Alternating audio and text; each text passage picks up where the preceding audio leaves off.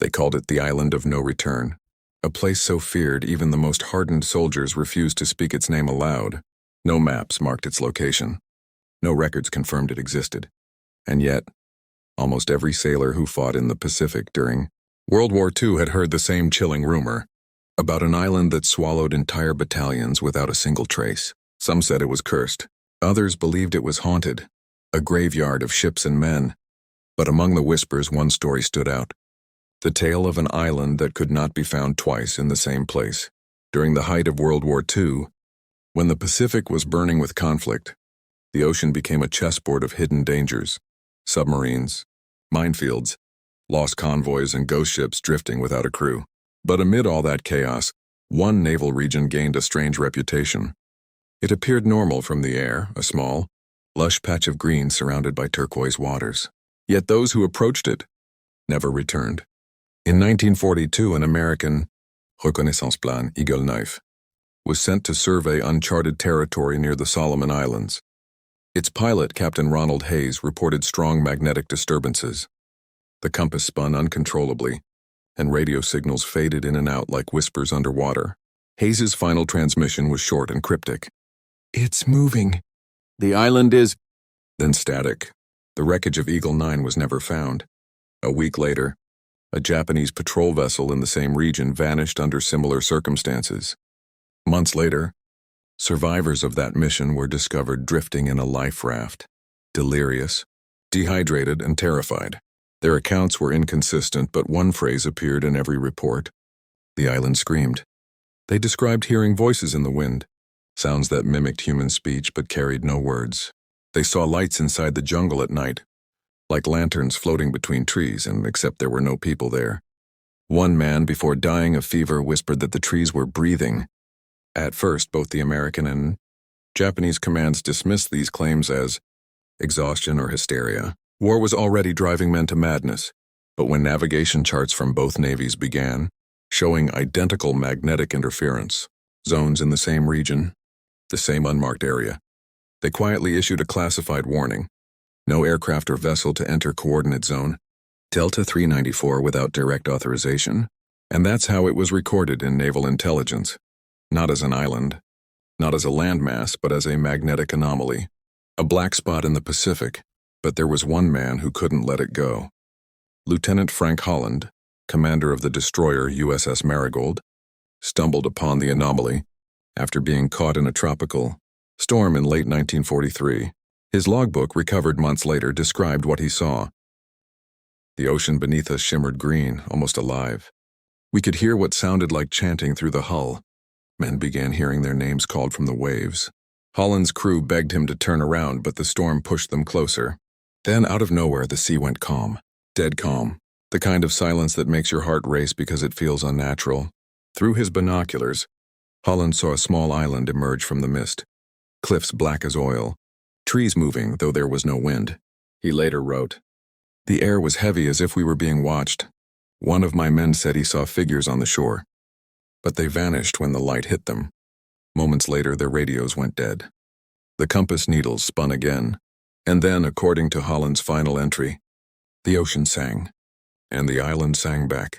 That was the last message ever written by Lieutenant Frank Holland.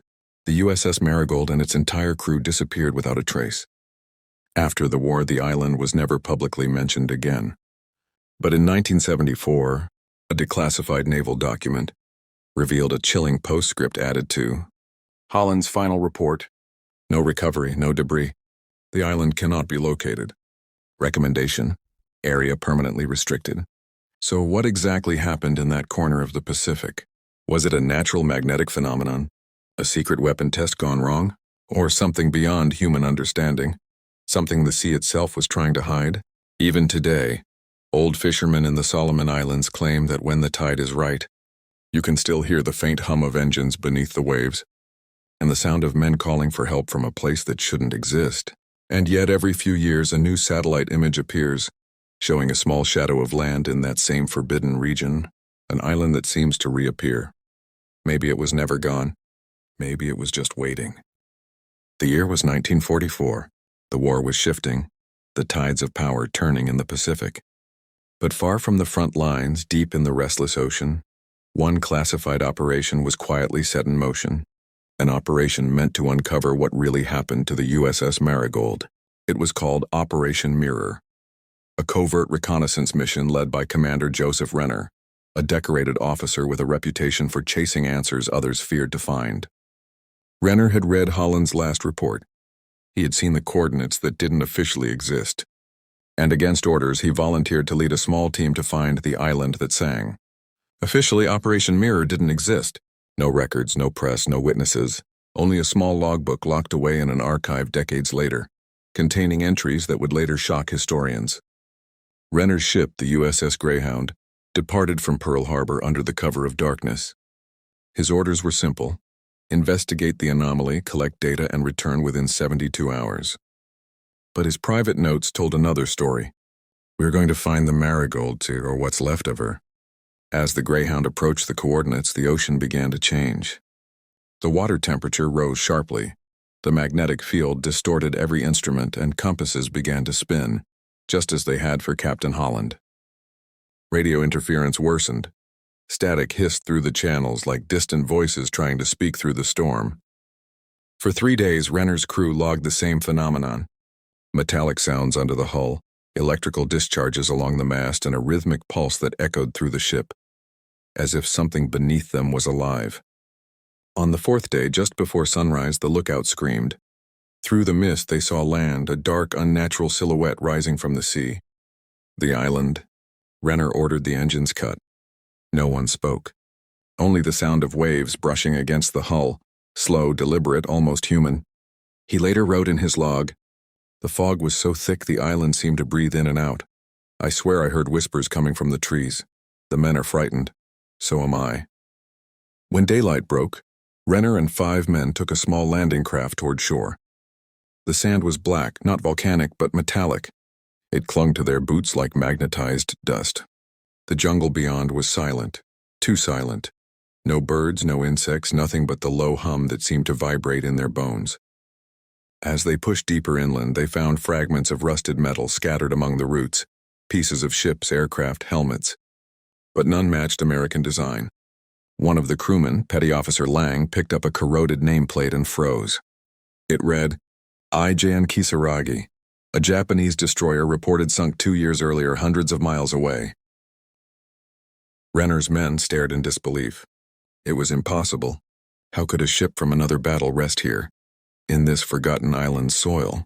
They followed a narrow path leading to the interior, where the trees seemed to close around them. Lang said the air felt charged, like before a lightning strike. Another man swore he saw figures moving between the trunks, pale shapes that flickered and vanished. When they reached the island's center, they found what Renner called the clearing, a circular depression in the ground filled with shallow water, and something beneath it. Metal, a massive structure almost like a dome buried beneath mud and roots. Renner described it. "It looked man-made, but not by us. Symbols I can't identify. The metal feels warm to the touch." He reached out to photograph it, but the camera malfunctioned. Film burned from the inside. And then the sound returned, a deep echoing vibration from below the ground. The men stumbled back as ripples spread through the water. Renner shouted for retreat, but before they could reach the shore, the fog thickened again, and the sea began to rise. His final transmission, recorded faintly through bursts of static, was a single line: "It's not an island, it's something under us." The USS Greyhound never returned. Weeks later, the Navy issued a statement. "Greyhound lost due to severe weather conditions. All hands presumed dead." But 1 year after the war ended, in 1946, a fisherman off the coast of Papua New Guinea found a battered life raft with faded English markings. Inside it, in a single artifact, a rusted compass engraved with the initials J.R. Commander Joseph Renner. The compass needle spun wildly, refusing to settle, as if still trapped in that magnetic pull from a place that shouldn't exist. For decades, no one spoke of Operation Mirror. The documents were sealed, the coordinates erased, but sometimes silence speaks louder than truth, and maybe some islands were never meant to be found at all. Time buries all things, but not the sea. The ocean remembers every secret, every scream, every ship that dared to challenge it.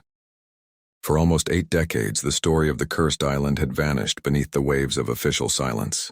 The USS Greyhound, Commander Renner, and the classified Operation Mirror became nothing more than footnotes buried in forgotten archives, erased by bureaucracy and dismissed by science. But sometimes, history finds a way to resurface. In 1997, a marine survey company known as Blue Axis Exploration was mapping deep-sea ridges for a cable installation between Guam and Australia. One of their sonar technicians, a young engineer named Dr. Laura Klein, noticed something strange. A symmetrical landmass, perfectly circular, rising abruptly from the seafloor at a location where no island should exist. She replayed the scan 3 times. Each time the image was clearer, a dome-shaped elevation with sharp geometric outlines and too precise to be natural. Klein flagged it as an anomaly, but her report was quietly dismissed. A week later, the data vanished from company servers, the file name replaced with a single word: restricted. Years passed, but Klein couldn't let it go. She became obsessed, collecting fragments of declassified naval logs, satellite images, and personal letters from families of missing sailors. And in those fragments, one phrase kept appearing again and again: the island that sang. By 2011, Klein had formed a small team of independent researchers, divers, and ex-Navy contractors, their goal to locate the coordinates believed to be the site of Operation Mirror. They called it Project Lazarus. Armed with modern sonar, drones, and deep-sea submersibles, the team set out from Darwin, Australia. Their equipment was advanced, but Klein carried one old item: a weathered compass she'd bought from a black market collector. Its needle refused to point north. On its back were the faint initials: JR. For days, the crew scanned the region.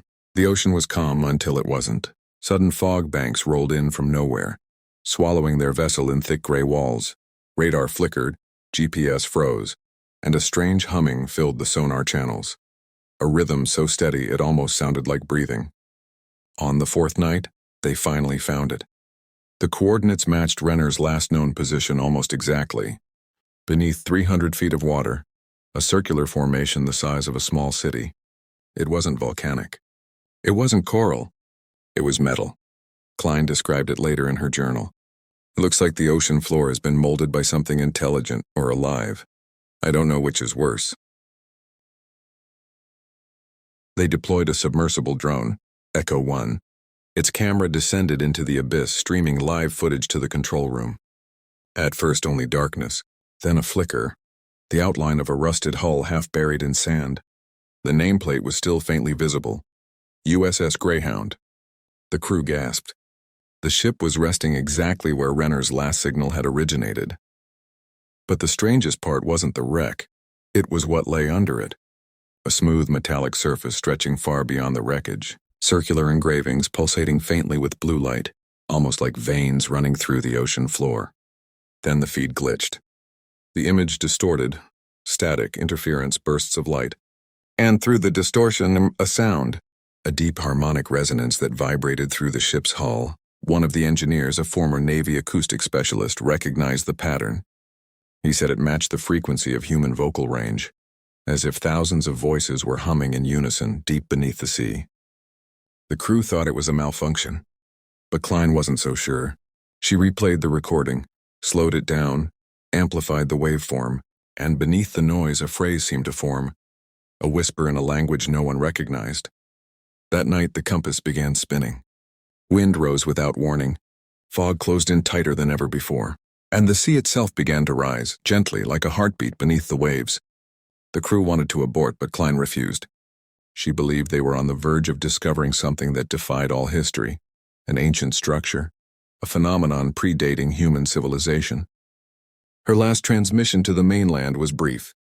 "We found the source. It's not a geological formation. It's listening." After that silence, no signal.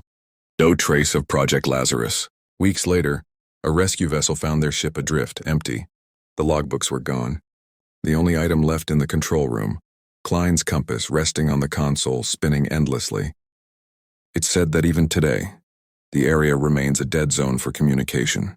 Compasses fail, electronics short out, and divers report hearing low frequencies that echo through their helmets, like distant singing beneath the water. Some believe it's the lost souls of the Greyhound. Others think it's something far older. A presence buried beneath the ocean waiting for another signal. But one thing is certain. Whatever the cursed island really is, it's still out there, and it's still awake. Silence. For months, the ocean held its breath. No one spoke of Project Lazarus. No one mentioned the missing research vessel or its vanished crew. But in the cold corridors of government archives, something began to stir. The disappearance had drawn attention, not from the media, but from deep within the Defense Intelligence Network. The official report was sealed under a familiar name, Operation Abyss Protocol. In February 2012, a special task force was assembled under the guise of submarine communication research. In reality, it was a covert recovery mission. Its members included marine physicists, cryptographers, and deep-sea combat divers, all sworn to absolute secrecy. Their objective? Locate the anomaly discovered by Project Lazarus, retrieve what remained of Dr. Klein's data, and eliminate all evidence of the site's existence. The mission was led by Commander Samuel Reeve, a stoic veteran of multiple classified undersea operations. Reeve wasn't a believer in myths. He dealt in facts, pressure readings, sonar data, and tactical precision. But even he hesitated when he read the final line of Klein's recovered log. It's not geological, it's listening. The vessel chosen for the operation was the USS Orion, an experimental research submarine built for extreme depths. Unlike traditional craft, Orion was equipped with an acoustic shielding array, technology so new that even the crew didn't fully understand how it worked. It was said to bend sound, creating a pocket of silence around the sub. A stealth field, to keep them hidden from whatever was down there. They left port at 0200 hours. No records, no public acknowledgement. Just the sea swallowing them whole. For the first 2 days, everything went according to plan. They reached the coordinates without issue. The sonar painted a familiar shape beneath them, a perfect circle, metallic, cold, and impossibly large. Reeve ordered a descent. As they dropped past 200 meters, the silence became unnatural. No fish, no currents, no echo. Only the low hum of the engines and the faint vibration of something below. Rhythmic, steady, alive. At 340 meters, the sensors began to flicker. At 360, the navigation compass spun. At 380, the acoustic shielding failed. A burst of interference roared through the cabin, deep frequencies that shook the hull. Every display on the control panel glowed white for 3 seconds. Then a voice, not over the radio, not through speakers, but inside their helmets. "Why have you returned?" The words were not English, but somehow every crew member understood them. Reeve ordered an emergency ascent, but the sub wouldn't respond. The propulsion system had locked. It was as if the ocean itself was holding them in place. Then the lights dimmed. Through the viewing window, a faint blue glow began to rise from the depths. It pulsed in perfect rhythm, like a heartbeat or a signal being sent upward. As the light intensified, the water around them shimmered with particles, microscopic, metallic, drifting like dust in a beam of sunlight.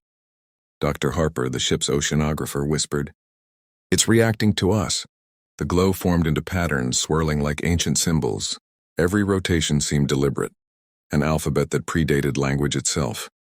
Harper tried recording the symbols, but her device crashed. The power grid fluctuated between overload and complete silence. Then a sound emerged, and soft, almost melodic. A harmonic tone that resonated through the sub's steel frame. Reeve's instruments registered it as human vocal range, the same frequency Project Lazarus had encountered before their disappearance. The sound grew louder, denser, as if hundreds of voices were overlapping, not singing, communicating. The onboard translator, designed for sonar mapping, began to interpret fragments of the tone. It translated just 2 words. "Stay below." Moments later, the entire system crashed. Darkness. When power returned, the sonar screen showed movement. Enormous masses circling beneath the sub, faster than any known marine life. The crew froze as one of them brushed past the hull. A dull metallic scrape echoed through the chamber. Dr. Harper screamed. For a second, she swore she saw a shape through the viewing glass. A figure, humanoid, tall and completely still, watching them from the glow. Reeve ordered an emergency ballast release. They began rising, the pressure alarms screaming. Something slammed into the sub. once, twice, like fists pounding from the outside. Then everything went quiet. Orion surfaced hours later, hundreds of miles from their original coordinates. Half the crew was unconscious, the rest in shock. Reeves' first words to Mission Control were chilling. Whatever's down there doesn't want to be found. The official report claimed equipment malfunction, but leaked fragments of the black box audio told a different story. Unidentifiable frequencies, mechanical whispers, and the sound of dozens of voices saying one phrase in perfect unison: "Stay below." After Operation Abyss, all subsequent missions to that sector were permanently suspended. Nautical charts were quietly edited to label the area as a seismic hazard zone, and every digital record of Project Lazarus and USS Orion vanished from public databases. But the whispers didn't stop. Fishing boats passing near the region report strange interference. Submarine sonar still picks up harmonic signals deep beneath the sea, and in every recording, the same rhythm repeats: 4 pulses, pause, 4 pulses, pause, almost like a heartbeat, or perhaps a warning, because whatever lies beneath that cursed island, it's still there. And now, it knows we're listening. The world never knew what truly happened beneath the waves. To the public, Project Lazarus and USS Orion were just another line in forgotten military archives, equipment lost due to mechanical failure. But those who had seen the classified files knew better. A year after the Abyss protocol was terminated, Commander Reeve vanished. His family found his home empty, the walls covered in sonar maps and hand-drawn waveforms. In the middle of his desk, a single note written in trembling ink: "It's not gone, it's awake." Weeks later, the U.S. Navy deployed a containment operation disguised as a seismic stabilization program. They called it Operation Leviathan. The goal was simple: bury the anomaly beneath controlled detonations. Seal it forever in the trench. But nature doesn't forget, and the ocean remembers everything. The detonations began at dawn. 6 depth charges, synchronized along the island's underwater ridge. At first, everything went as planned. The tremors were mild, the readings stable, but then the currents reversed. The entire ocean around the blast zone began to churn counter to the Earth's rotation. Submarines stationed nearby reported violent magnetic interference. Their compasses spun uncontrollably. Metal instruments screamed under invisible pressure, and then a sound broke through the static. Low, resonant, alive. It wasn't the sound of water. It was a voice. "You shouldn't have come back." Within seconds, every sensor within a 20-mile radius failed. The sky above the island darkened, clouds forming unnatural spiral shapes. Lightning without thunder. Waves rising without wind. The ocean was speaking in the only language it knew: power. Inside the control ship USS Meridian, scientists watched their instruments flood with impossible readings. Electromagnetic surges stronger than nuclear signatures, and pressure waves forming from below the seabed. Dr. Harper, the only surviving member of Orion, recognized the pattern immediately. It was the same harmonic sequence she had heard a year earlier. Only now it was louder, more deliberate, as if something deep below was answering back. "Shut it down," she ordered. "Now!" But it was too late. At 11:47 a.m., the second wave of detonations triggered a chain reaction. A geyser of black water erupted from the sea, rising hundreds of feet into the air. Inside it, glimmers of metallic fragments like shattered machinery. Or something else. Satellite footage showed the entire island sinking, not collapsing but descending slowly, as if being pulled downward by an unseen force. The ocean swallowed it in silence. And then, calm. The operation was declared a success. The trench sealed. The anomaly neutralized. But no one aboard the USS Meridian ever spoke publicly again.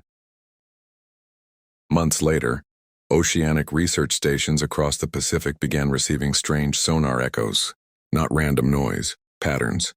Repeating sequences matching Commander Reeves' final recorded coordinates. Each pulse forming a perfect circle, like a signal marking its origin, and then one final burst of static followed by a faint whisper: "Stay below." By 2015, the coordinates were erased from every navigation system. Any ship approaching within 50 nautical miles experienced total GPS blackout. The U.S. Navy quietly declared the area restricted due to magnetic instability. But rumors spread. Through sailors, through late-night radio, through whispers online. Some said the sea itself hums there at night, a deep rhythm only microphones can detect. Others claim to see glowing blue currents forming circles near the waves, like something breathing just beneath the surface. And sometimes, when the wind is right, a voice drifts through the static, soft cold, calling out from the deep. It's not gone, it's awake.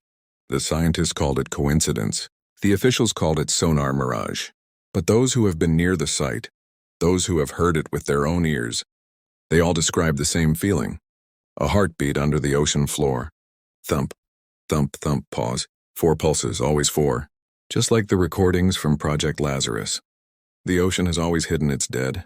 Ships sink, records vanish, time forgets. But this was different. It wasn't human technology. It wasn't natural formation. It was something older, something waiting. And now, somewhere deep beneath that cursed island, the signal continues, endlessly repeating. Each year, the transmission grows stronger, reaching farther like a ripple turning into a wave. One day, it might reach us again. And when it does, the question won't be whether we can understand it. The question will be, will we answer?